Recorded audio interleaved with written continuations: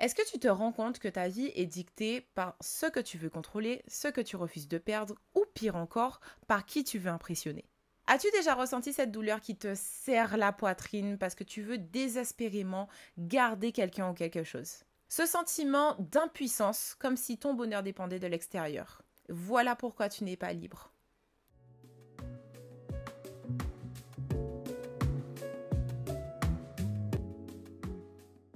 Hello tout le monde, j'espère que ça va aujourd'hui. Bienvenue sur la vidéo qui traite d'un super pouvoir que peu de gens maîtrisent et que j'ai mis longtemps avant de pouvoir maîtriser un peu également.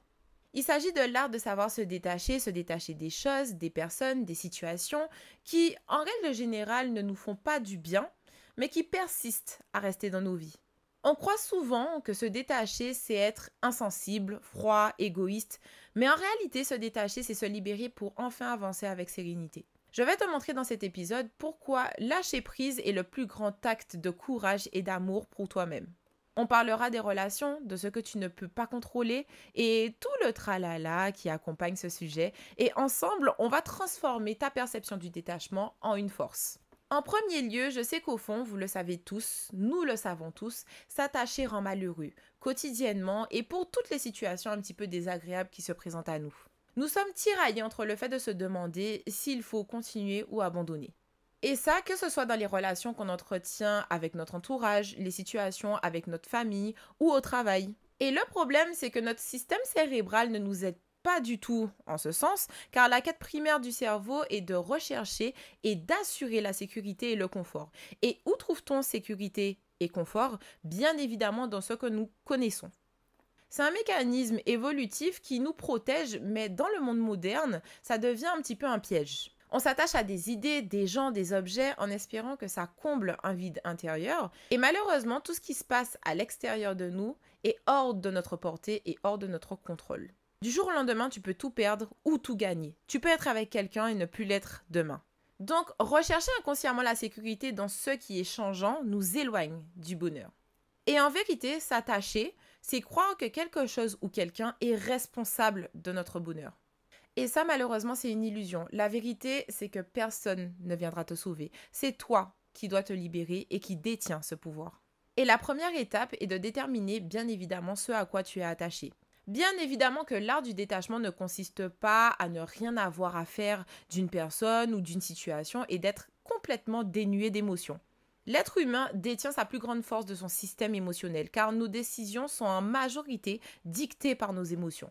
Mais ce que je veux dire, c'est que le mot détachement doit être vu comme une sorte de notion qui te permet de savoir ce à quoi tu es vraiment attaché.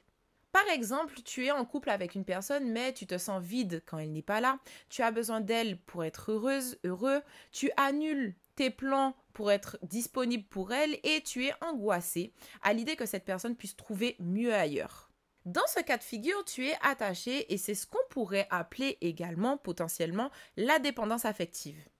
Mais si dans le deuxième cas, tu es confiante dans ta relation, que tu profites de tes moments seul, sans ton partenaire, et que tu ne cogites pas forcément sur ce qui pourrait bien faire de mal quand il met du temps à répondre, et que tu gardes un équilibre entre ta vie, la sienne et la vôtre, alors tu es attaché à ce que tu contrôles et à ce qui est sain, et détaché de l'incontrôlable.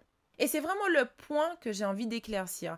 Être détaché consiste à focaliser votre bien-être uniquement sur ce qui vous fait du bien, sur ce qui est sain et pas sur l'incertitude. Lorsque tu es détaché, tu apprécies de recevoir sans demander et tu attires.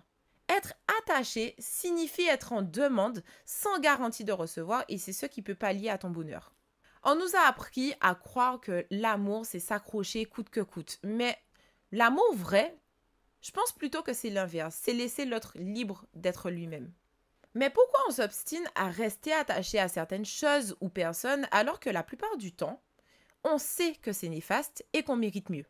La première raison peut être la peur de décevoir la personne en face et se décevoir également. Souvent, ce à quoi tu t'attaches n'est pas pour toi mais pour plaire aux autres. Et quoi que l'on dise, on est attaché à l'image que les autres ont de nous et parfois on préfère souffrir d'une situation pour éviter de faire souffrir l'autre et d'être mal vu. Moi, par exemple, j'ai longtemps gardé des relations d'amitié et même des relations amoureuses qui, je le savais, étaient néfastes pour moi et mon énergie pour le simple fait d'éviter d'être là méchante dans l'histoire. Mais au final, tout ceci cesse lorsque tu comprends que tu n'auras jamais le même rôle principal dans les histoires de tout le monde. Et lorsque tu acceptes d'être la méchante dans l'histoire de quelqu'un pour être gentil avec toi et ton énergie, tu n'as plus peur de perdre les gens, de perdre une situation, de prendre tes valises et de te casser lorsque ce que tu mérites n'y est plus servi.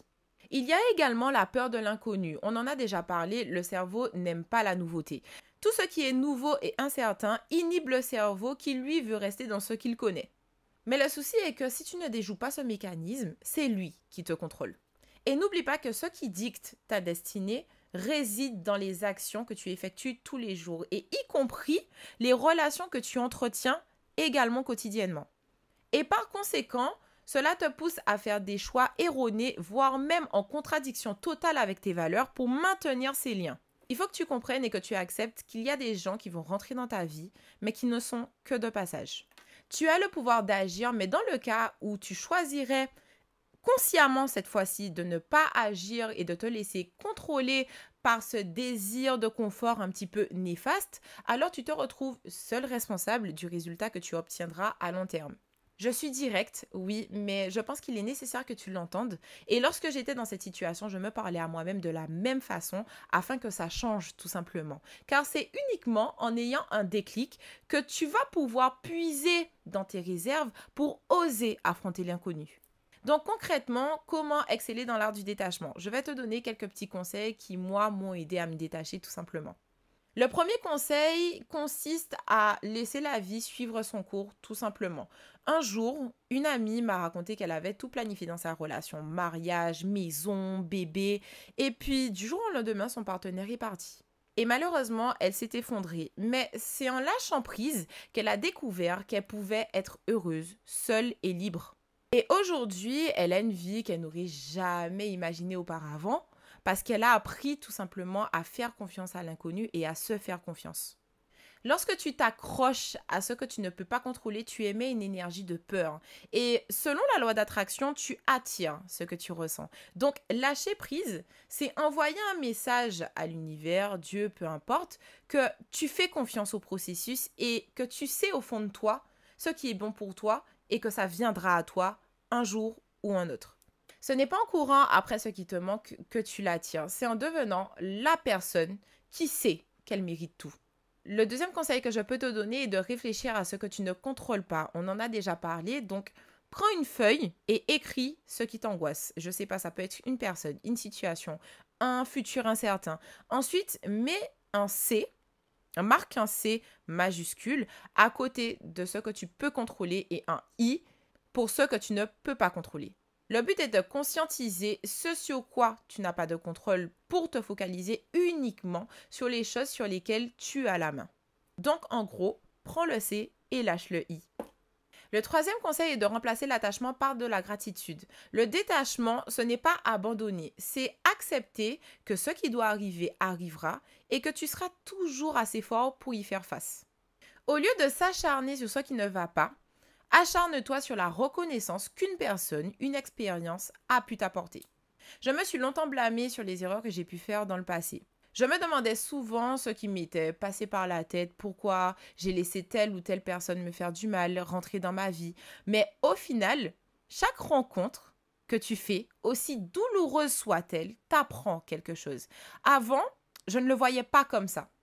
Mais grâce à ces moments justement de doute, de pleurs, de peur, de refus, ces moments d'extrême douleur, et croyez-moi que j'en ai eu, tout ce cheminement m'a permis de comprendre tout ce que je vous explique pour vous parler et vous aider, vous aussi, à faire face à tout ça. Et au final, je remercie toutes les personnes qui m'ont dit non, toutes celles qui m'ont attaqué à tort, qui m'ont méprisé. Car aujourd'hui, je suis Judy, celle qui est alignée avec elle-même, qui apprend intelligemment les leçons de la vie, qui est imperturbable et qui suit son chemin de vie tout simplement. Et si je le fais, vous pouvez le faire également. Et enfin, le dernier conseil est bien évidemment de s'attacher au processus et non au résultat. Le chemin a 1000 fois plus de valeur que le résultat que vous obtiendrez. C'est ce chemin que vous utiliserez pour une prochaine situation. C'est la fin de cet épisode, j'espère qu'il t'aura plu. Détache-toi de ce qui ne te sert plus. Ce n'est pas facile, mais c'est le plus beau cadeau que tu puisses te faire. Lâcher prise, ce n'est pas abandonner une fois de plus, c'est choisir ta liberté. Comprendre que tout est temporaire, identifier tes attachements, pratiquer la gratitude et lâcher prise chaque jour. Voilà comment tu excelles dans l'art du détachement.